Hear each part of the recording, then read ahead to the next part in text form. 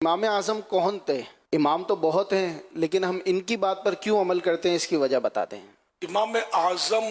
ابو حنیفہ نعمان بن ثابت رحمۃ اللہ علیہ، تو یہ ہم ان کی تقلید کرتے ہیں۔ تقلید یہ قرآن و حدیث سے جو انہوں نے مسائل بیان فرمائے تو اس پر ہم عمل کرتے ہیں۔ پہلے تو صحابہ کرام سرکار صلی اللہ علیہ وسلم سے براہ راست سیکھتے تھے اور عمل کرتے تھے، بعد میں آگے جا کر یہ تقسیم علماء نے ہی کی۔ امام اعظم اتنے درجے کے عالم تھے، آج بھی ہم عالم کی بات تو مانتے ہیں نا، عالم کو مسئلہ پوچھتے ہیں تو کوئی بولے کہ عالم نے بتایا تو کیوں مانا، خود کی کتاب سے قرآن پڑھ کے تو ہم نہیں نکال سکتے،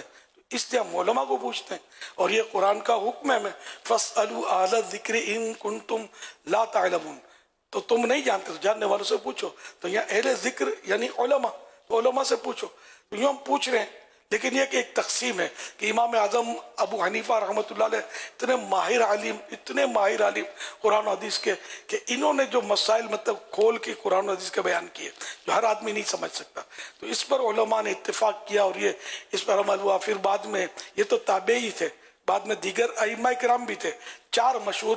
اماموں کی تقلید کی جاتی ہے، ویسے اوروں کی بھی کی گئی ہے مجتہدین کی، لیکن اب دنیا میں 4 امام رہ گئے۔ امام اعظم کی تقلید ہم اس لیے کرتے ہیں کہ ویسے تو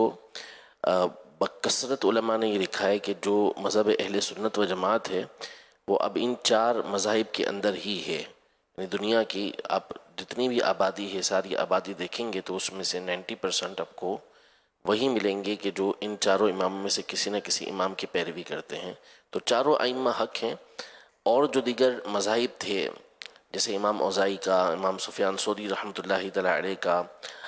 دیگر اور ائمہ کے مذاہب تھے، لیکن چونکہ اللہ پاک کی مرضی ہے جس کے مذہب کو اس نے باقی رکھا، جن کے اصول کو اس نے باقی رکھا، اور ان 4 مذاہب کے جو بعد کے علماء آئے انہوں نے مزید اس کے اوپر کام کیا اور ان کے اصول، ضابطے، قانون یہ سارے مرتب کیے، تو یوں یہ 4 باقی رہے اور ساری دنیا کے اندر پھیلے۔ تو اب ساری دنیا کے مسلمانوں کا ایک طرح سے اس پر اجماع ہے کہ ان میں سے کسی نہ کسی کی پیروی کی جائے گی، اور پیروی وہی ہوتی ہے کہ قرآن و سنت کی روشنی کے اندر انہوں نے جو اصول اور ضابطے دیے ہیں، جو مسائل بیان کیے ہیں، اسی کو ہم فالو کر رہے ہوتے ہیں، اور حقیقتاً وہ قرآن و سنت کی پیروی ہوتی ہے، اسی کے پیچھے چلنا ہوتا ہے۔ باقی رہا ہم کیوں ہیں، تو ہم اس لیے کہ ہمارے امام، ہمارے جو علاقے ہیں اس کے اندر ہمیشہ سے فقہ حنفی یہ رائج رہی ہے، تو اسی کی پیروی کی جاتی ہے۔ بہت سارے ممالک ہیں جہاں پر امام شافعی کے پیروکار ہیں تو وہ امام شافعی کی تقلید کرتے ہیں، بہت سارے جگہ ہیں کہ جہاں امام مالک کی تقلید ہوتی ہے تو وہاں پہ ان کی تقلید ہوتی ہے۔ تو جو جہاں ہوتا ہے اور جس مذہب پر وہ چل رہا ہوتا ہے پھر اسی پر اس نے چلنا ہوتا ہے، تو اس لیے کسی نہ کسی ایک امام کی پیروی کی جاتی ہے۔ اور داتا حضور یہ حنفی تھے، ہمارے غوث اعظم حنبلی جن کے ہم مرید ہیں، تو طریقت میں ہمارے امام غوث پاک ہیں، اس میں بھی شرم کوئی حرج نہیں ہے کہ حنفی، شافعی، مالکی، حنبلی، ان کے بارے میں فتح رضویہ میں لکھا کہ یہ سب حقیقی بھائی کی طرح ہیں، حقیقی بھائی ہیں، ان کے عقیدے میں کوئی فرق نہیں ہے۔ بعض مسائل میں کہ قرآن و حدیث سے ان کو یہ سمجھ آئی اور ان کی صلاحیت اتنی تھی کہ ان کا سمجھنا منظور رکھا گیا، دوسرے کو یہ سمجھ میں آئی، کسی تک روایت یہ پہنچی، کسی تک یہ روایت نہیں پہنچی، یا بعد میں روایت میں کچھ جیسے کو راویوں کے مسائل، یہ پورا اسماء الرجال جو ہوتا ہے اس کے ایسے مسائل ہوتے ہیں۔ تو یہ جن ائمہ مجتہدین نے جو اپنی علم سے سمجھا تو اس کے مطابق انہوں نے ارشاد فرمایا، اور یہ ایسے اہل تھے کہ ان کا ارشاد فرمانا یہ ایتھنٹک ہے۔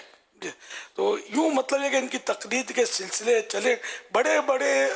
علماء، بزرگان دین، اولیاء کرام یہ کسی نہ کسی امام کے مقلد ہوتے تھے۔